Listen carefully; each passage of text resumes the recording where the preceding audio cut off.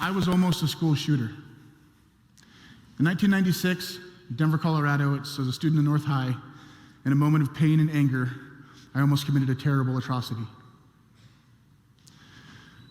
Growing up, I learned early on there was a strange comfort and calmness in darkness. I was always the new kid. My family was very violent and aggressive, drug-addicted parents. We were moving from place to place a lot, went to 30 or 40 different schools, always seemed to be going to a new school every other week.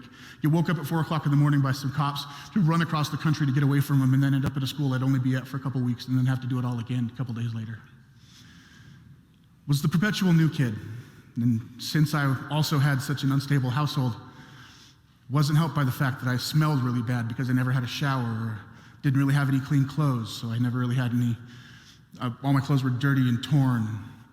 I had a weight problem. I was smart. I liked comic books at a time when kids didn't really like people who liked comic books that much. So every time I went to a new school, I was in a whole new set of bullies. They'd do things like walk up to me and shoot me with a harpoon like I was a whale, or dump food on my head because I said I was too fat. But the bullying wasn't just at home, or wasn't just at school. It happened at home a lot too. I was told I was worthless by just about everybody in my life. And when you're told you're worthless enough, you will believe it. Then you're going to do everything you can to make everybody else agree with it too. And so I did. I wrapped that darkness around me like a blanket and used it as a shield. It would keep the few that would agree with me close, but it kept everybody else away. I always had heard in life that there was good people and bad people. I must be one of the bad people, so I guess I would have to just do what I was supposed to do. So I got really aggressive. 12, 13 years old, I got really into heavy metal music, and I was the mosh pit when I went to concerts. The abuse just never seemed to stop. I got into cutting around 14 or 15 because I figured that there was all this extreme emotion going on in my life I had absolutely no control over. Had to find some way to find control over something, so I took to cutting myself. I still have the scars to this day. 15, 16 years old, I ended up homeless. My parents had long ago kicked me out because I didn't want to deal with their drunken fighting anymore, so I was living on the streets. I had thought I had pushed all my other friends away too, shoved them all away by lying to them or stealing from them or doing everything that my family taught me how to react to everybody, which was the complete wrong way of how to react. But I had no idea. I was just going on what I was taught. Finally, 16 years old, I'm sitting in my best friend's shed, who I thought I had already pushed away too by stealing from him and lying from him, laying in this shed with the roof wide open, rain pouring down on me into a dungy gray chair that was covered in cobwebs and dirt, hadn't been touched in months. And I'm sitting there with my arm covered in blood, knowing that if I didn't do something, I was going to kill myself soon. So I did the only thing I could think of to do. Grabbed a phone book and I called social services. So when I went to social services, sadly, they didn't just bring me in there. They also took my mom in there too, who happened to be one of the largest sources of my pain growing up. And since she had spent her entire life running from place to place and dealing with social workers and police officers, she knew exactly what to say to get me to get them to believe that I was just making it all up. It was all just an act. I was just doing it for attention. Then they sent me home with her. And as they sent me home with her, she turned to me and she said, "Next time you should do a better job and I'll buy you the razor blades." My heart just got ripped out of me at that point completely. That darkness that I've been staring at for so long, I just ran headlong into it. I had nothing left to live for. I literally had nothing to lose. And when you have nothing to lose, you can do anything. And that is a terrifying thought. I decided that my act of doing something was I was going to express my extreme anger and rage by getting a gun. I was going to attack either my school or a mall food court.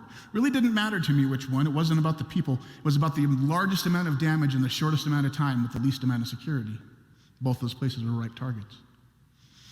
So I wish I had a better story about actually getting a gun, but that was actually really rather businesslike. There was some gangbanger kids near my school. It was back in the mid-90s when gangs were still a rather major problem in North Denver schools.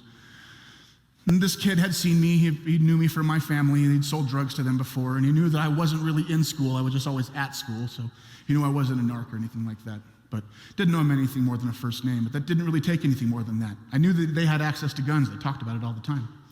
So I went up to him and said, "Hey, can you get me a gun?" "Sure, get me an ounce." "All right, give me 3 days." That was it. I was waiting to get myself a gun so I could kill a lot of people. But thankfully, I wasn't alone in that darkness. That best friend who had saved me, I was sleeping in his shed, he saw the place that I was in. Even though I had stolen from him and lied to him and taken his belongings and ruined it all, he didn't care. He still brought me in and showed me acts of kindness. Just simple acts. It wasn't the kind of overbearing kindness where they come to you and they say, is there anything I can do to you? Is there a program I can get you in? Is there something I can do to make you better? How can I help you? It was literally just sitting down next to me. Hey, would you like a meal? Let's watch a movie. Treat me like it was a Tuesday. Treat me like I was a person. And when someone treats you like you're a person, when you don't even feel like you're human, it'll change your entire world. And it did to me. He stopped me with his acts of kindness from committing that atrocity that day. If you see someone who's in that spot that needs that love, give it to them. Love the ones you feel deserve it the least because they need it the most. It'll help you just like as much as it helps them.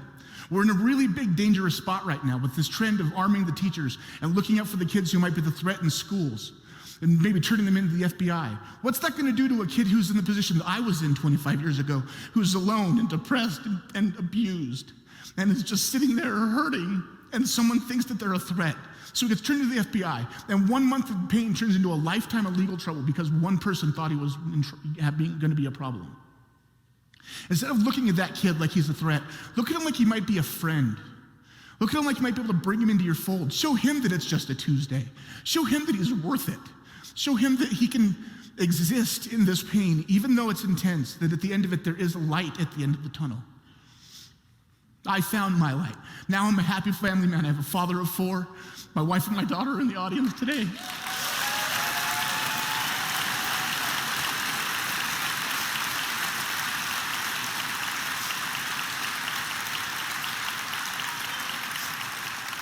And even bigger than that, the friend who saved my life, he's in the audience today too. Because friendship doesn't have to really die.